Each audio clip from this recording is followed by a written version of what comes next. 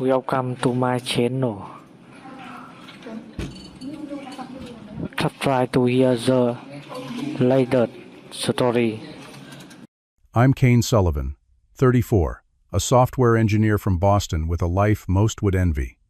I always thought my family was tight-knit, a bond nothing could break.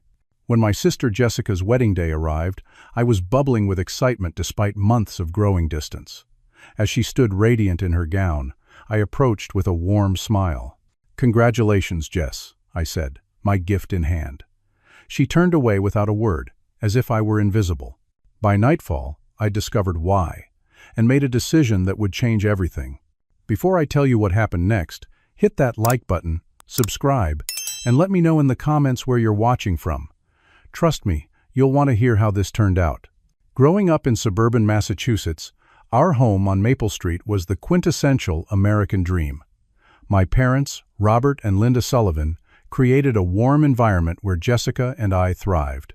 Dad worked as a cardiologist at Boston General, while Mom specialized in pediatric medicine at the same hospital. The Sullivan name carried weight in medical circles, a legacy stretching back 3 generations. Jessica came into this world just 2 years after me, and from the moment my parents brought her home, we formed an unbreakable bond. As kids, we built elaborate blanket forts in the living room, transforming ordinary furniture into magical castles where we ruled as benevolent monarchs. During summer thunderstorms, she would crawl into my bed, and I'd tell her stories until the lightning no longer frightened her. I was her protector, her confidant, her friend. When Jessica fell off her bike at age 8 and broke her arm, I rode my own bicycle alongside the ambulance all the way to the hospital, refusing to let her face the pain alone. The nurses still tell that story. When bullies targeted me in middle school for being the smart kid, Jessica, though younger and smaller, stood up to them with a fierce loyalty that earned her detention but won my eternal gratitude. Our inside jokes formed a private language. One word could trigger uncontrollable laughter only we understood. Pancake Tuesday referred to the time I flipped a breakfast pancake that stuck to the kitchen ceiling, remaining there for hours before dropping onto Dad's head. Operation Sprinkler was our code for the summer we reprogrammed the yard irrigation system to surprise our strict algebra tutor with an unexpected shower. While other siblings drifted apart in adolescence, we grew closer. I helped Jessica study for her biology exams. She proofread my English essays.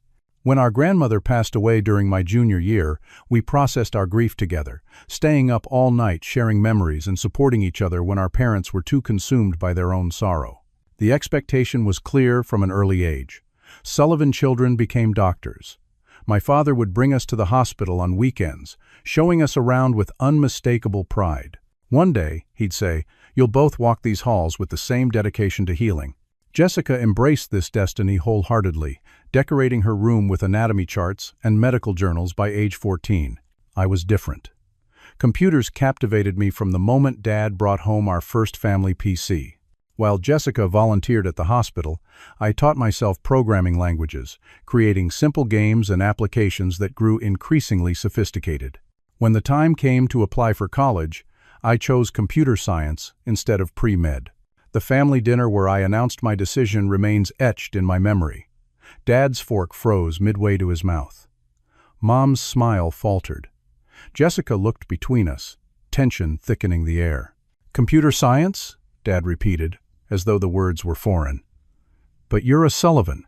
"I know who I am," I replied, heart pounding but voice steady. "And I know what I love. I can help people through technology." The weeks that followed were difficult. Silent treatments, passive-aggressive comments, pamphlets for medical schools mysteriously appearing on my desk. Jessica became my unexpected ally, defending my choice even while pursuing her own medical dreams. "Kane needs to follow his path," she told our parents during one heated discussion. "Just because it's different doesn't make it wrong." Eventually, they accepted my decision, though disappointment lingered in subtle ways. I graduated with honors from MIT, while Jessica excelled at Harvard Medical School, continuing the Sullivan medical tradition. Despite our different paths, our bond remained strong. Sunday dinners at our parents' house became a ritual when we both returned to Boston after college. Jessica would share fascinating hospital stories while I explained my latest projects developing healthcare software. Ironically, Our careers complemented each other. As Jessica rose through the ranks at Boston General, becoming a talented trauma surgeon, I built systems designed to make healthcare more efficient and accessible. When I landed my position at MedTech Innovations, creating software specifically for hospitals, my parents finally appeared genuinely proud. I was contributing to medicine, just in a different way. Jessica met Michael Harrington during her second year of residency. He was a neurologist with kind eyes and a quiet confidence that complemented my sister's energetic personality. The first time she brought him to family dinner, I knew he was special from the way she watched him interact with our parents. Michael and I bonded over craft beer and a shared love for hiking the New England trails. I considered him the brother I never had. When they announced their engagement at Christmas dinner last year, I was the first to raise a toast. To my amazing sister and the man lucky enough to win her heart, I said, genuinely happy for them. Jessica wiped away tears as we embraced. Everything felt perfect. Looking back, the subtle shift began shortly after that night. Jessica's texts became less frequent, her responses shorter. Calls went to voicemail more often. When we did speak, she seemed distracted, ending conversations abruptly. I attributed this to wedding planning stress and her demanding schedule at the hospital. Then came the formal wedding invitation in the mail. Not a personal call, not a special request to be part of the ceremony, just a gold-embossed card identical to those sent to distant relatives and casual acquaintances. When I called Jessica to ask about being a groomsman or giving a speech, her response was unexpectedly cool. "We're keeping things simple," she said, a strange distance in her voice. "The wedding party is already set." I brushed off my hurt feelings, focusing instead on my excitement for her special day. Little did I know this was just the beginning of a heartbreak I couldn't have imagined. As the months passed and Jessica's wedding approached, the distance between us grew from a small crack to an unbridgeable canyon. I made countless attempts to be involved in the wedding preparations, offering to help with everything from venue scouting to playlist creation, only to be politely but firmly rebuffed. "Thanks, but Michael's sister is handling the music," Jessica would say. Or, "Mom's friend is taking care of the flowers." Always an excuse, always a reason why my help wasn't needed. One evening, I called to offer financial assistance. My software company had recently secured a major contract, and I wanted to contribute to giving Jessica her dream wedding. "I'd love to pay for the honeymoon," I suggested. "You and Michael have been talking about Bali for years. Let me make that happen." There was a pause on the line before Jessica responded, her voice strangely formal. "That's generous, Kane, but we've already arranged everything. Michael's parents are covering most expenses." "Oh," I said, trying to hide my disappointment. "Well, at least let me handle the rehearsal dinner. I know a great restaurant by the harbor." "Actually," she replied, "we decided to keep it intimate. Just the wedding party and immediate family." The word stung. Wasn't I immediate family? Before I could question this, Jessica claimed she had an emergency at the hospital and ended the call. My girlfriend Sophia noticed the change in my family's behavior during a Sunday dinner at our parents' house. Jessica and Michael arrived late and left early, barely engaging with me throughout the meal. My parents, usually eager to hear about my latest projects, asked only perfunctory questions while lavishing attention on the engaged couple. "Is it just me?" Sophia whispered as we drove home. "Or was that incredibly awkward? Your family barely acknowledged you." I gripped the steering wheel tighter. "They're just excited about the wedding. Jessica's the first to get married, and she's continuing the family medical tradition. It's a big deal for them." Sophia wasn't convinced. "Kane, something feels off. Have you done something to upset them?" I racked my brain, reviewing recent interactions. "Nothing I can think of. Maybe they're still harboring disappointment that I didn't become a doctor. After all these years? When you've been so successful?" Sophia shook her head. "That doesn't make sense." I couldn't argue with her logic, but I had no better explanation. I called my childhood friend Alex, who would also be attending the wedding, hoping he might have insight. "Hey, have you noticed anything strange with Jessica lately?" I asked after catching up. There was an uncomfortable pause before Alex answered. "Strange, how?" "She's been distant." "Actually, my whole family has. I feel like I'm being frozen out, but I don't know why." "Weddings are stressful," Alex offered, his tone oddly evasive. "I'm sure everything will be fine once it's over." "You know something," I pressed. "What aren't you telling me?" "Look, I need to go," Alex replied. "Let's catch up at the wedding, okay?" The conversation left me more confused and concerned than before. Despite the growing tension, I spent weeks searching for the perfect wedding gift for Jessica. I eventually found a vintage medical illustration book from the 19th century, similar to one our grandfather had owned that Jessica had always admired. I paired it with a custom-designed stethoscope engraved with her new initials.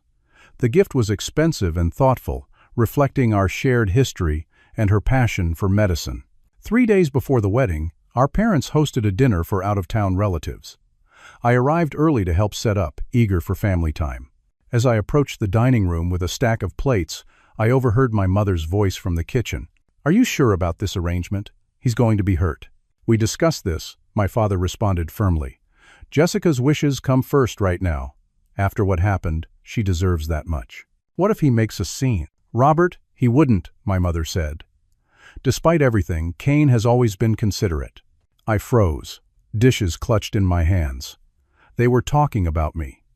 Before I could hear more, my father spotted me in the doorway. The conversation halted abruptly, replaced with artificial cheerfulness. Throughout dinner, I felt like an actor who had wandered onto the wrong stage.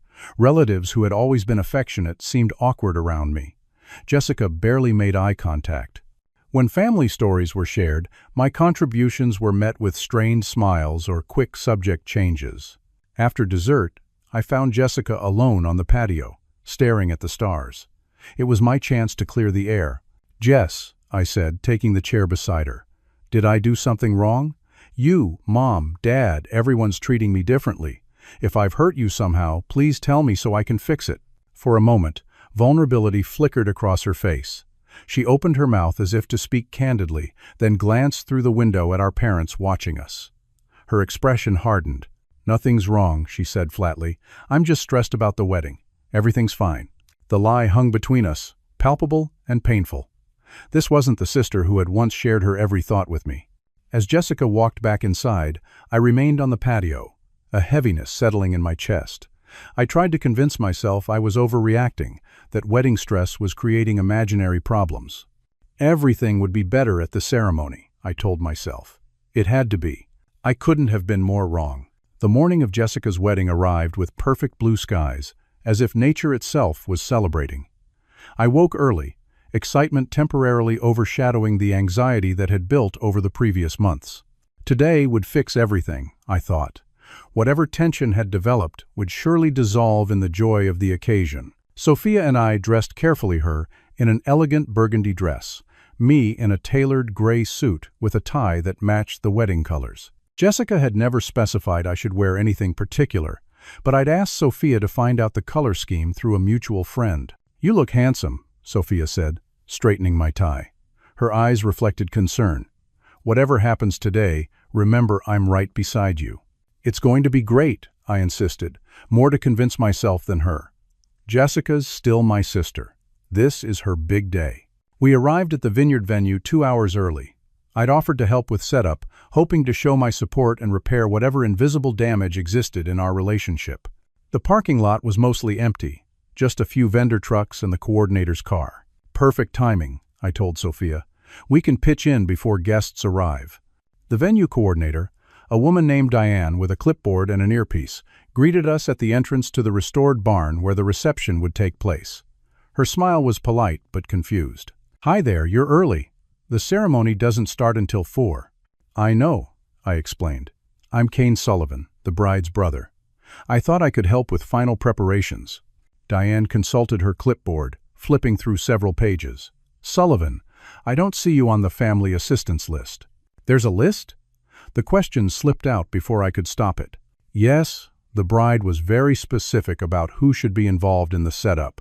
She looked uncomfortable. "Perhaps check with your parents? They're in the main house getting ready." Sophia squeezed my hand as we walked toward the farmhouse. Inside, we found a flurry of activity.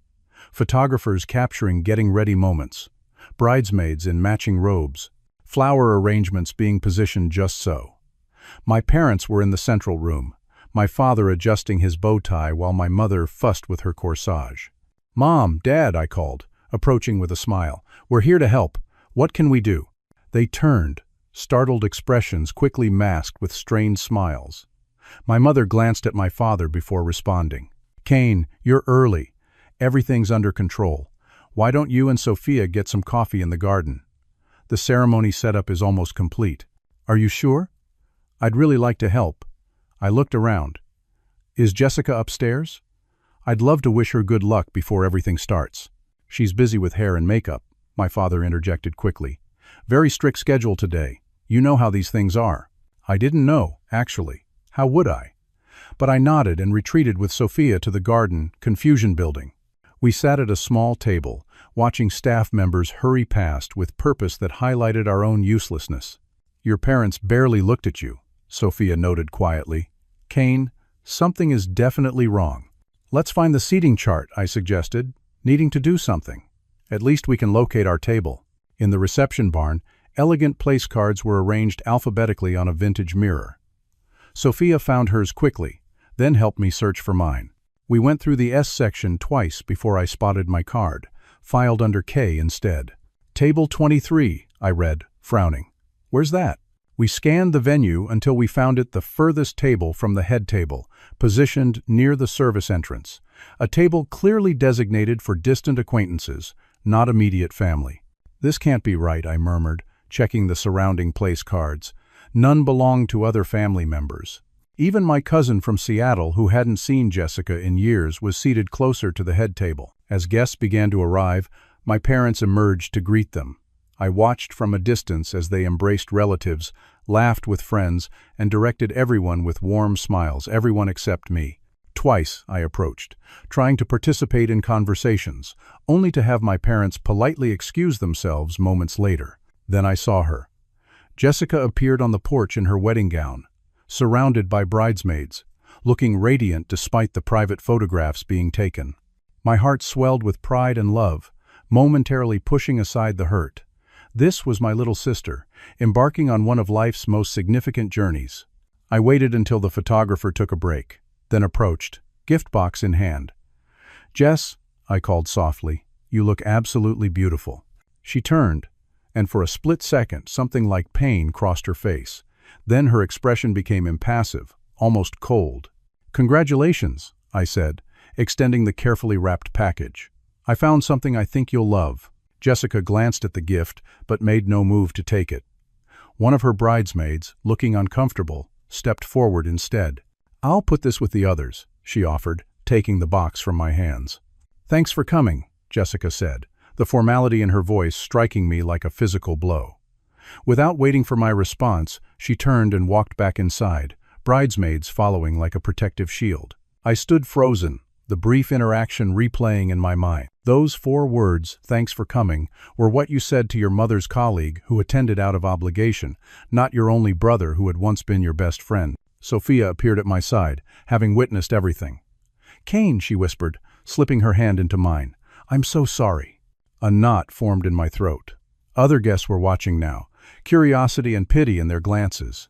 Heat rose to my face as I realized how public this rejection had been. "Let's find our seats," I managed, turning away before emotions could overwhelm me. "The ceremony will be starting soon." As we took our places among strangers at the back of the gathering, I noticed the wedding coordinator directing the processional lineup. Parents, grandparents, wedding party, all had specific entrances carefully orchestrated. My name was never called. The ceremony proceeded with picture-perfect elegance.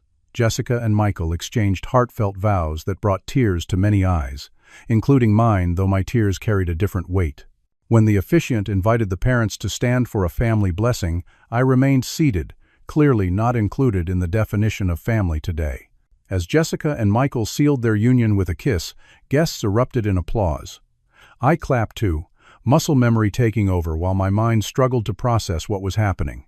My sister had just gotten married, and somehow I had been relegated to the role of spectator rather than participant in this milestone. Anger began to replace confusion, a slow burn starting in my chest.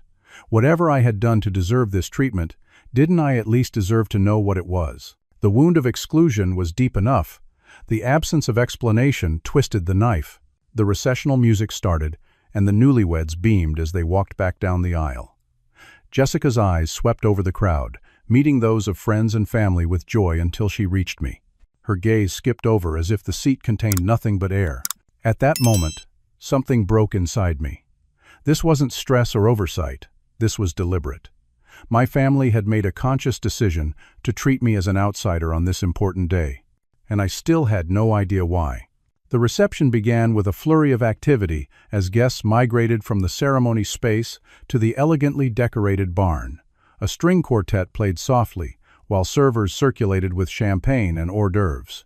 Under different circumstances, I would have appreciated the thoughtful details Jessica had chosen, the vintage medical books used as centerpieces, the signature cocktails named after places significant to her and Michael. Instead, I moved through the space like a ghost, hyper-aware of the careful distance my family maintained. When the DJ announced, "And now, let's welcome the immediate family of the bride and groom," my parents joined Michael's family in the center of the dance floor. My name wasn't called. No one seemed to notice my absence except Sophia, whose hand remained firmly clasped in mine, anchoring me. "I need a drink," I muttered, heading toward the bar where I spotted Alex, my childhood friend. After ordering a double whiskey, I cornered him away from other guests. "You're going to tell me what's going on," I said, abandoning pretense. "Now."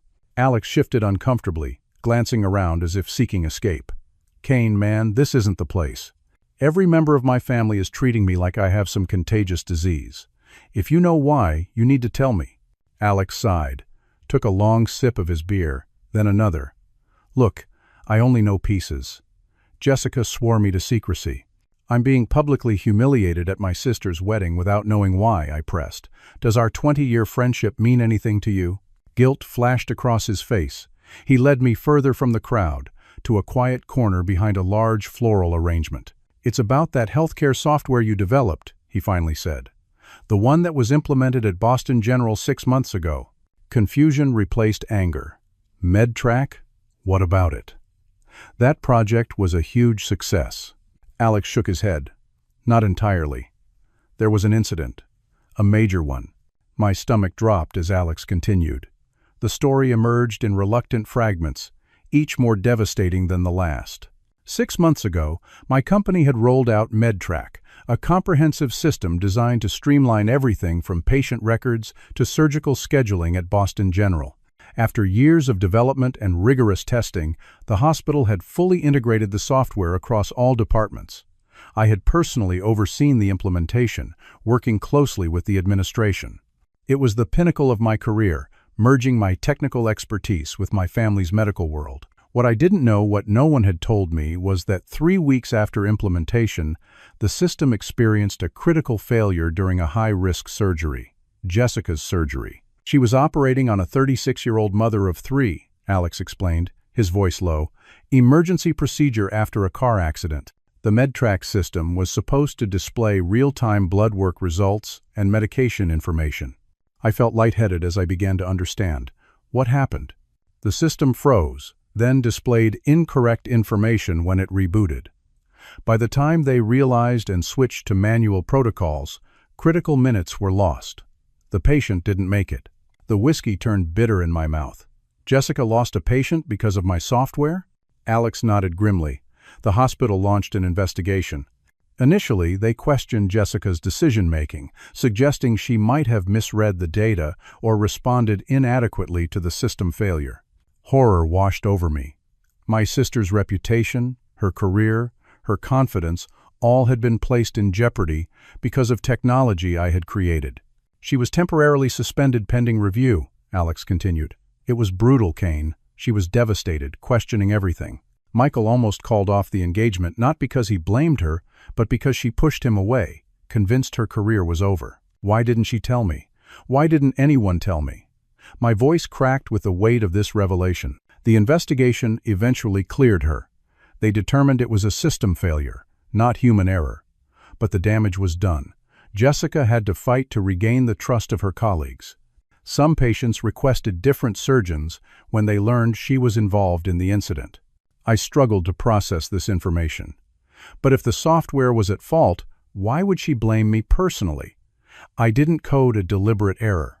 Alex looked uncomfortable again. That's where things get complicated. Apparently, there were early warning signs about potential issues with the medication cross-checking module. Your team had identified them during final testing. A cold realization dawned. The implementation deadline, I whispered. The hospital administration pushed to launch before the fiscal year ended, even though we requested 2 more weeks for additional testing.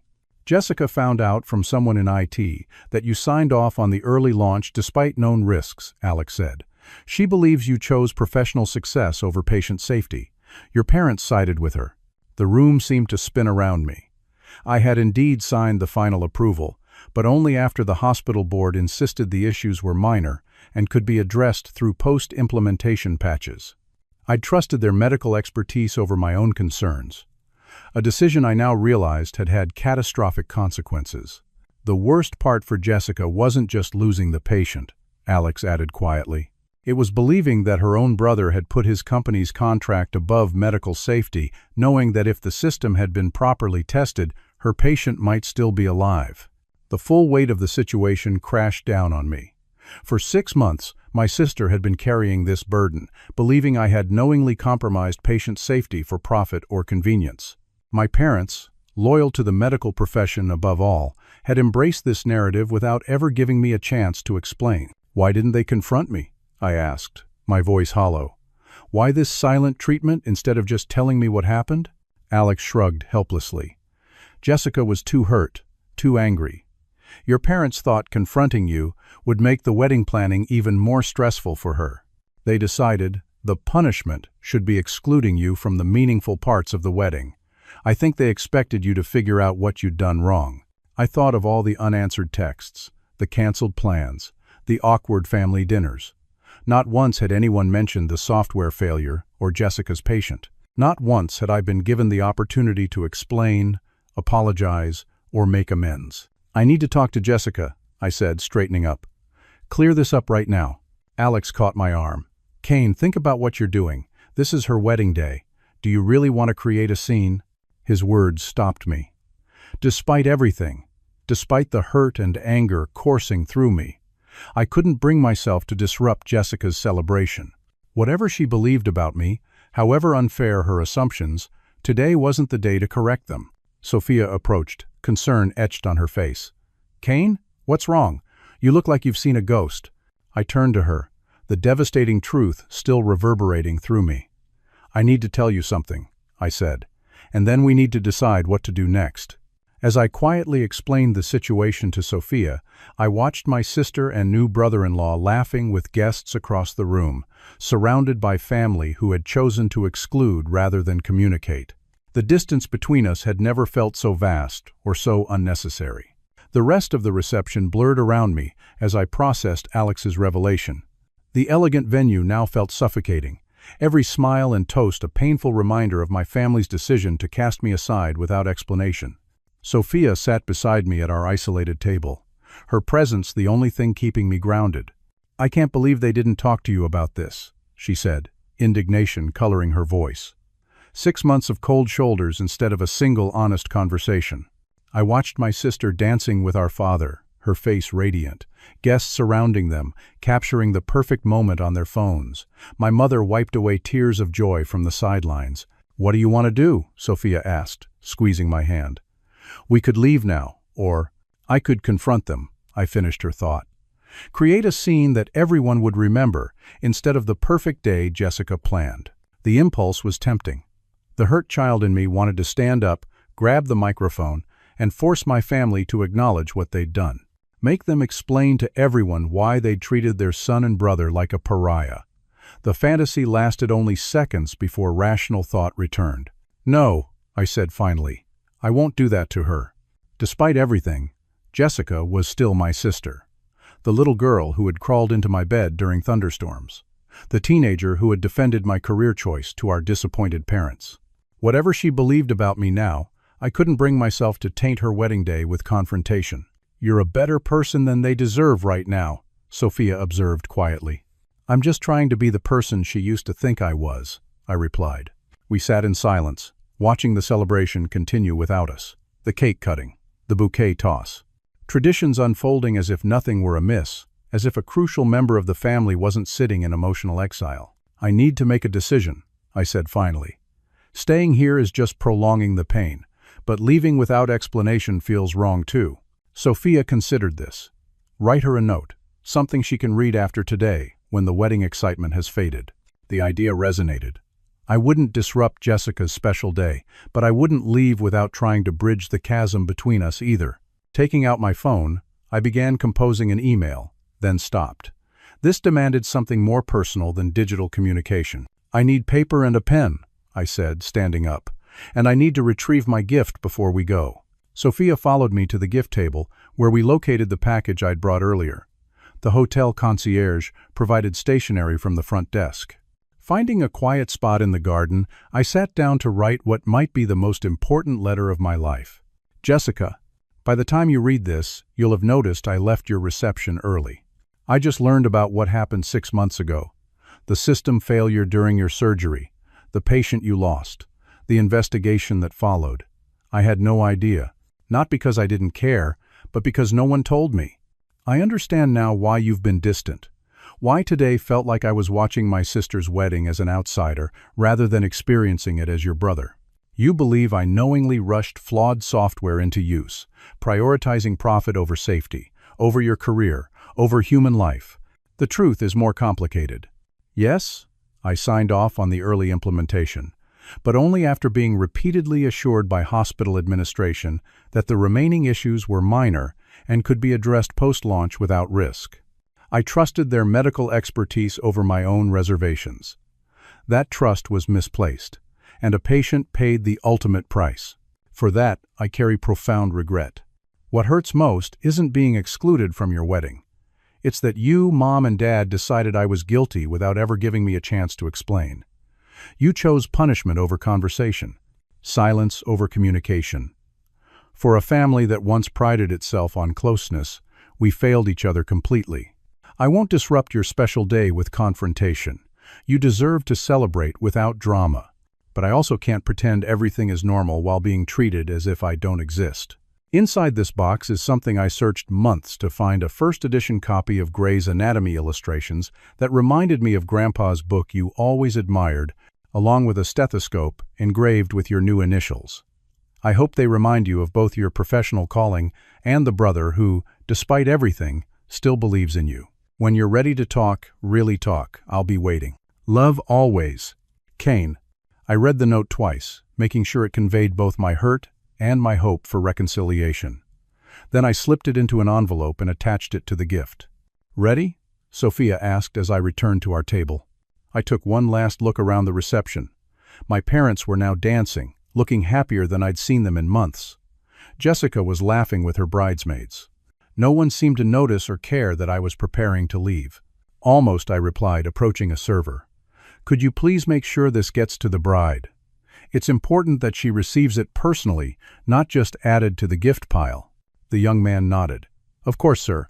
I'll give it to her myself once the current dance set ends. Thank you, I said, pressing a generous tip into his hand. Sophia and I slipped out quietly, without goodbyes. The drive back to our hotel passed in heavy silence, both of us lost in thought. The beautiful June evening continued around us, indifferent to the emotional storm I was weathering. In our hotel room, I removed my tie with mechanical movements, mind still processing everything I'd learned.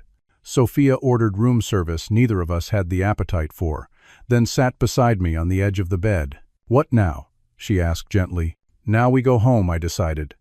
There's nothing more to be done tonight. When Jessica reads my note, the next move will be hers. We packed quickly, changing our flights from Sunday to that same evening. As I zipped my suitcase, my phone began to vibrate. A text from Alex. They found your note. Jessica's asking where you are. What should I tell her? I stared at the message without responding. Of course they'd found it. The server had done his job. But after 6 months of being shut out, after a full day of being treated like a stranger, I couldn't bring myself to answer immediately. Let them wonder where I was for a change. Let them feel a fraction of the confusion I'd experienced. Another text arrived, this one from my mother. Kane, call us immediately. We need to talk. Then my father, son, where are you? Jessica is upset. The irony wasn't lost on me. For half a year, they'd had countless opportunities to talk, to explain, to include me in this significant family challenge. They'd chosen silence. Now they demanded immediate communication on their terms. "Your phone's blowing up," Sophia observed as it buzzed again. "I know," I said, hitting the power button until the screen went dark. "I'll deal with it tomorrow. Tonight, I need space to think." As our Uber arrived to take us to the airport, I felt a strange sense of calm replacing the hurt and anger. For months, I'd been the one reaching out, trying to maintain connection, confused by the growing distance. Now I understood the situation completely. The power dynamic had shifted. Whatever happened next would be on my terms, not theirs. "Are you okay?" Sophia asked as we settled into our seats on the plane. I thought about it seriously before answering. "No," I admitted, "but I will be. For the first time in months, I know exactly where I stand. There's clarity in that, even if it's painful." As the plane took off, carrying us away from the wedding and my family's misguided judgment, I allowed myself a small, sad smile. Sometimes walking away, however temporarily, is the strongest statement you can make. My phone remained off in my pocket, the cascade of messages unread, as I chose myself over their convenience for perhaps the first time in our relationship. Our flight landed in Boston shortly after midnight. The city lights glittered below as we descended, a beautiful sight that contrasted sharply with my internal landscape. By mutual agreement, Sophia came home with me, rather than returning to her own apartment. Neither of us wanted to be alone after such an emotionally draining day.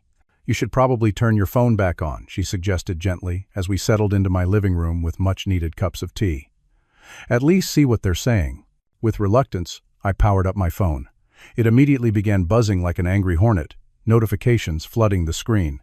27 missed calls, 43 text messages, 15 voicemails, most from my parents and Jessica, but also from Alex, Michael, and even some relatives who had never contacted me directly before. From Jessica, 8:45 p.m. "Where are you? We need to talk." From Mom, 8:52 p.m. "Kane Sullivan, call me this instant. What were you thinking, leaving like that?" From Dad, 9:01 p.m.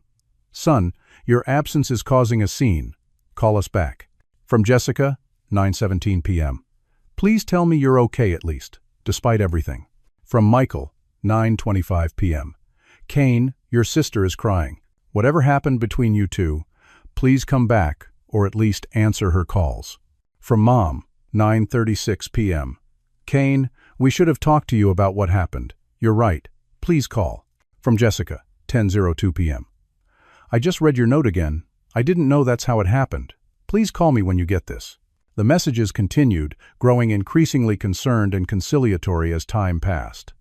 The final text, sent just 15 minutes before we landed, was from Jessica. "Kane, I'm so sorry. You're right, we should have talked to you instead of shutting you out. What we did today was unforgivable. Please let me know you're safe. We're all worried sick." The voicemails told a similar story, starting with demands for explanation and gradually shifting to apologies and concern. My mother's last message was tearful, admitting they had handled everything badly from the beginning. "What are you going to do?" Sophia asked, watching my face as I absorbed these communications. "Not respond tonight," I said firmly. "They've had 6 months to talk to me. They can wait until morning." Part of me felt guilty for causing them worry. Another part, the part still raw from being treated as an outcast at my own sister's wedding, felt a grim satisfaction. For once, they were experiencing the anxiety of being cut off, of not knowing where they stood. I slept fitfully, waking early to find several more messages had arrived overnight. After a quiet breakfast with Sophia, I made a decision. I'm going to respond, but not individually. One message to all of them. I composed a text to my parents, Jessica and Michael. "I'm safe. I needed space to process everything I learned yesterday. I'll be in touch when I'm ready to talk. Please respect that." Within seconds, my phone began ringing, Jessica calling. I declined the call, then silenced my phone. This would happen on my timetable, not theirs. Sophia had to return to her apartment for work commitments, leaving me alone with my thoughts.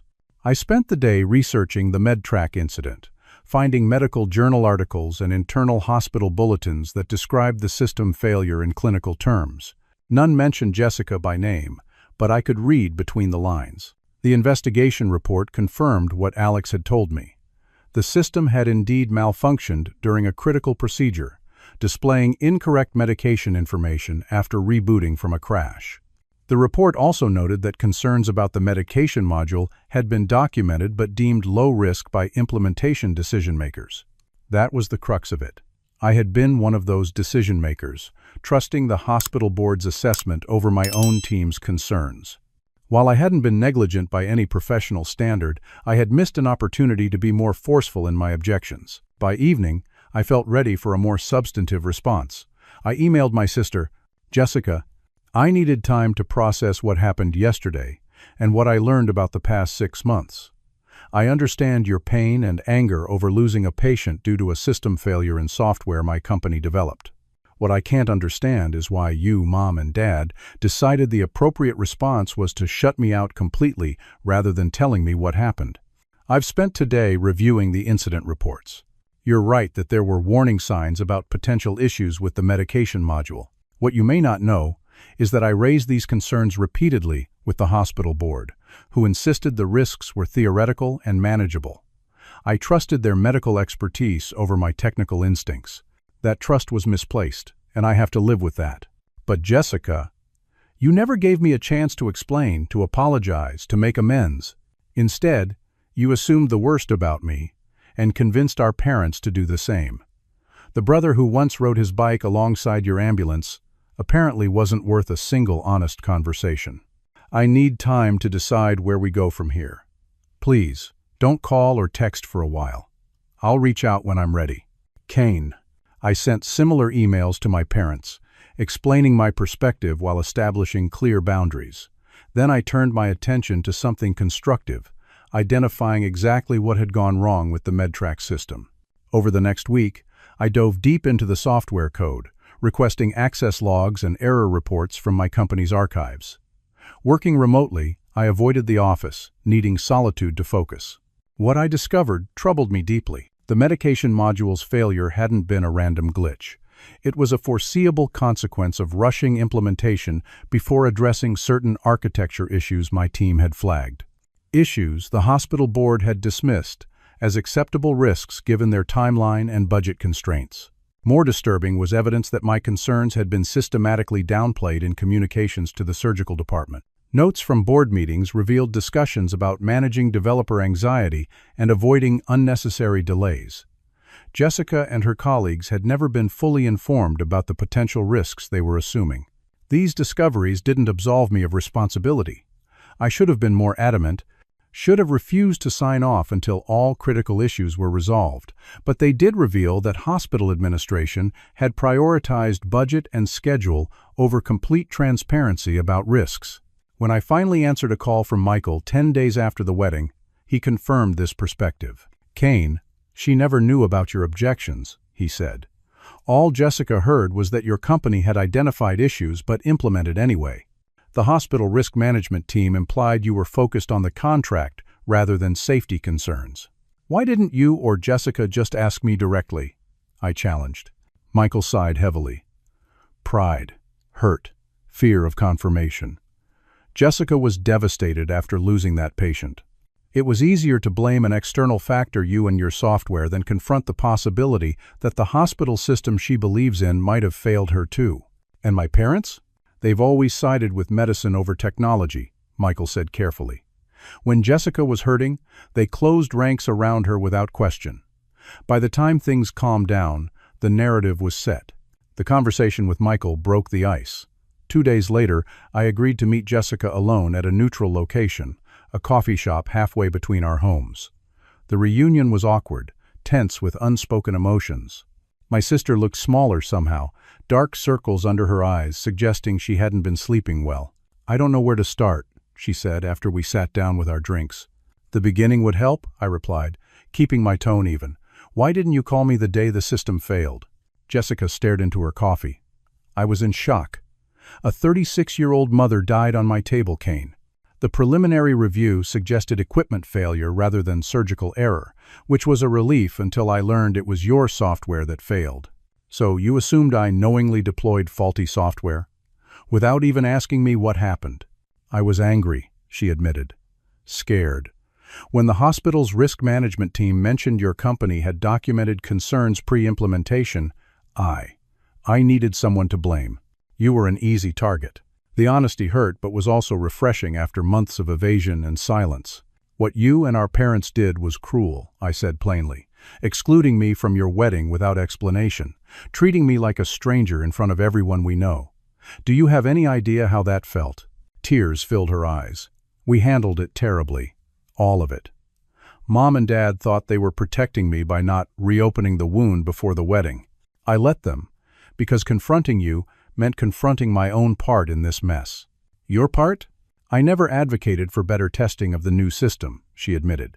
The surgical department had opportunities to request more rigorous trials before full implementation. We were all so excited about the efficiency gains that we rushed forward. I share responsibility for what happened. This admission surprised me. I reached across the table, offering my hand. After a moment's hesitation, Jessica took it. I'm sorry about your patient, I said softly. And I'm sorry I didn't fight harder against the early launch. We both made mistakes, Jess. But only one of us was punished for them, she acknowledged. Kane, what we did to you at the wedding was unforgivable. Not unforgivable, I corrected. Just deeply hurtful. And completely avoidable if anyone had just talked to me. We spent the next 2 hours clearing the air, examining how family dynamics and professional pressures had created the perfect storm of miscommunication. The conversation wasn't easy, but it was necessary, the first step toward healing a relationship I had feared might be permanently damaged. As we prepared to leave, Jessica asked hesitantly, "Will you come to Sunday dinner this week? Mom and Dad need to make their own amends." I considered the invitation. Not yet. I need more time. This isn't just about one conversation. She nodded, understanding in her eyes. Whenever you're ready, we'll be there. That night, I called Sophia to update her on the meeting. It's a start, I concluded. Not forgiveness yet, but a path toward it. I'm proud of you, she said. Many people wouldn't have given them another chance after what they did. They're still my family, I replied. Flawed, frustrating, but mine. And I'm not exactly perfect either. The weeks that followed brought gradual steps toward reconciliation. Individual conversations with my parents, family therapy sessions where we addressed not just the wedding incident but deeper patterns of communication and loyalty. Painful truths emerged, but so did renewed commitment to honesty and respect. While rebuilding my family relationships, I also channeled my energy into something constructive, a comprehensive review of medical software safety protocols. My company needed to ensure nothing like this ever happened again. The summer passed in a blur of purpose. While continuing to maintain healthy boundaries with my family, I threw myself into researching and developing enhanced safety protocols for medical software. My experience had shown me that the gap between technical development and medical application could have life-or-death consequences. Working with a dedicated team at MedTech Innovations, I spent countless hours identifying potential failure points in our systems. We developed a new testing framework specifically designed for high-risk medical applications, with multiple redundancies and enhanced validation processes. By August, I was ready to present our findings to the broader medical technology community. The conference room at Boston General was packed: software engineers, hospital administrators, medical professionals, and safety compliance officers all gathered to hear our presentation. I spotted Jessica in the back row, having taken time from her surgical schedule to attend. Our eyes met briefly, her slight nod communicating both professional respect and personal support. The incident 6 months ago was a wake-up call, I began, addressing the room. A reminder that in healthcare technology, there is no margin for error. Every line of code, every system integration, every implementation decision directly impacts patient safety. For the next hour, I outlined our new approach to medical software development, emphasizing transparency, rigorous testing, and improved communication between technical teams and medical staff. The presentation concluded with a proposed industry-wide standard for safety certification that went well beyond current requirements. The response was overwhelming. Hospital administrators asked pointed questions about implementation timelines and costs, while medical staff expressed appreciation for the emphasis on clinical input throughout the development process. Several competing software companies expressed interest in adopting similar standards. After the formal presentation ended, Jessica approached, professional but warmer than she had been in months. "That was impressive," she said. The surgical department is already discussing how to better partner with IT on these protocols. Thanks for coming, I replied. It means a lot. You took something painful and turned it into positive change, she observed. Well, it's exactly what I should have expected from you. This conversation, brief as it was, marked another step in our healing journey. Jessica was seeing me again as her brother, not just as the person whose software had failed her. The wall between us was slowly crumbling. 1 month after the wedding, Jessica suggested meeting at our childhood home. Our parents were traveling, giving us space for a more personal conversation than our coffee shop reconciliation had allowed. We sat in the backyard where we'd played as children, autumn leaves beginning to fall around us. The physical setting seemed to unlock deeper emotional honesty. I missed you at my wedding, Jessica admitted, pain evident in her voice. Even while I was angry, even while I thought I wanted you excluded, there was this hole where you should have been. Michael's best man gave this speech about siblings, and all I could think was that my brother should have been the one speaking. I would have given one hell of a toast, I said, attempting humor despite the lump in my throat. I know you would have. She reached for my hand. Kane, I made a terrible mistake. We all did. Punishing you instead of talking to you. Assuming the worst instead of giving you a chance to explain. Why? I asked the question that had haunted me for months. We used to tell each other everything. When did that change? Jessica considered this carefully. I think it was fear. After the patient died, after the investigation started, I was terrified my career was over. Finding out your software was involved. It was easier to be angry than afraid. Anger felt powerful when everything else seemed out of control. And Mom and Dad just followed your lead? They've always been protective of me, she acknowledged. Plus, they never fully understood your work. Medicine makes sense to them. Technology is this mysterious black box. When I told them what happened, they immediately assumed the software failure must have been preventable, must have been someone's fault. It was, I admitted. Partly mine, partly the hospital boards, partly the testing teams. Systems this complex rarely fail because of just one person. I know that now, Jessica said quietly. But at the time, I needed someone to blame. You weren't there when it happened, so you couldn't defend yourself. By the time I started to process things more rationally, the narrative was set. Breaking it meant admitting how badly we'd all behaved. We talked for hours, unpacking months of misunderstandings and hurt feelings. By the time darkness fell, we'd cried, laughed, and begun to rediscover the connection that had once seemed unbreakable. What about Michael? I asked eventually. Alex mentioned you two almost broke up over this. Jessica nodded slowly. I pushed him away. Kept telling him he deserved someone without a potential malpractice suit hanging over their head. He refused to leave, said we'd face it together. That's when I knew he was the one I wanted to marry. He's a good man, I acknowledged.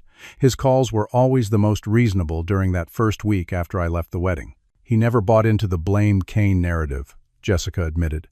Kept telling me we needed to talk to you directly. I should have listened sooner. As summer turned to fall, my relationship with my parents began its own healing process. The first Sunday dinner I attended after the wedding was tense, laden with unspoken apologies and lingering hurt. But each gathering became easier, more natural, as we all committed to better communication. My father, never one for emotional discussions, expressed his regret through action rather than words. He began asking detailed questions about my work, genuinely trying to understand the software development process. My mother, more verbal in her contrition, regularly acknowledged how poorly they had handled the situation. We lost sight of what matters most, she told me during a private moment in her kitchen. Protecting Jessica's feelings seemed so important that we forgot we have 2 children who deserve our support. The foundation I created to improve medical software safety standards became a family affair. Jessica contributed clinical insights. My father leveraged his hospital connections to facilitate adoption, and even my mother, with her pediatric expertise, helped ensure child-specific medical needs were properly addressed in the protocols. Working together on this project helped rebuild trust in ways that mere apologies couldn't. We were creating something positive from our shared pain, transforming a family crisis into an opportunity for industry-wide improvement. Sophia remained my rock throughout this process, offering perspective when family dynamics threatened to pull me back into unhealthy patterns. Our relationship deepened through the crisis, her unwavering support showing me what true partnership looked like. "You know," she observed one evening as we discussed the foundation's progress, "in a strange way, this whole ordeal might have been necessary." Necessary? Being humiliated at my sister's wedding was necessary? Not that part, she clarified. But this reckoning, this honesty, your family had communication problems long before the software incident. Maybe you needed something this dramatic to break old patterns. She wasn't wrong. The Sullivan family had always prided itself on closeness while avoiding difficult conversations. We celebrated achievements but rarely discussed disappointments. We proclaimed unconditional support while harboring unspoken expectations. The wedding debacle had forced us to confront these dysfunctional patterns. By the one-year anniversary of Jessica's wedding, enough healing had occurred that we could gather for a proper celebration. Michael suggested renewing their vows in an intimate ceremony with only immediate family present, a do-over of sorts, with me fully included this time. In the small chapel where we had all been baptized as children, Jessica and Michael reaffirmed their commitment to each other. My father walked her down the aisle again. My mother dabbed at tears, and I stood proudly as the officiant asked who supported this union. Her family, we answered in unison, the word carrying new weight after all we had endured to reclaim its meaning. At the dinner afterward, Jessica raised her glass for a toast. "To second chances," she said, her eyes finding mine. "To the courage to face difficult truths, and to the love that survives them." Looking around that table at my sister who had rediscovered her compassion, my parents who had recognized their fallibility, my girlfriend who had stood by me through darkness, I felt something I hadn't experienced in over a year: wholeness. The road to reconciliation hadn't been easy or straight. There had been setbacks along the way, moments when old hurts resurfaced and threatened to derail our progress. But we had persevered, committed to rebuilding what had nearly been destroyed through misunderstanding and poor communication. What I learned through this painful journey was that true family resilience isn't about avoiding conflict. It's about having the courage to address problems directly, to speak truth even when it's uncomfortable, to extend forgiveness when it's difficult, and to accept responsibility when it would be easier to blame others. I also discovered something about myself. My capacity for both boundaries and forgiveness was greater than I had known. I could stand firm in my right to be treated with respect while still opening my heart to those who had hurt me once they showed genuine remorse. The software failure that had nearly torn our family apart ultimately led to improved safety standards that would protect countless patients. The wedding that had excluded me paved the way for deeper, more authentic family connections than we had ever known before. From pain came purpose. From betrayal came breakthrough. As I look back now on that devastating wedding day when my congratulations went unacknowledged and my presence seemed unwelcome, I recognize it as both an ending and a beginning. The end of superficial family harmony built on avoidance rather than honesty. The beginning of a harder but infinitely more rewarding journey toward authentic connection. Have you ever experienced a painful family misunderstanding that seemed impossible to overcome? Or found yourself excluded without explanation? I hope my story offers some encouragement that even the deepest wounds can heal with time, truth, and willingness to rebuild.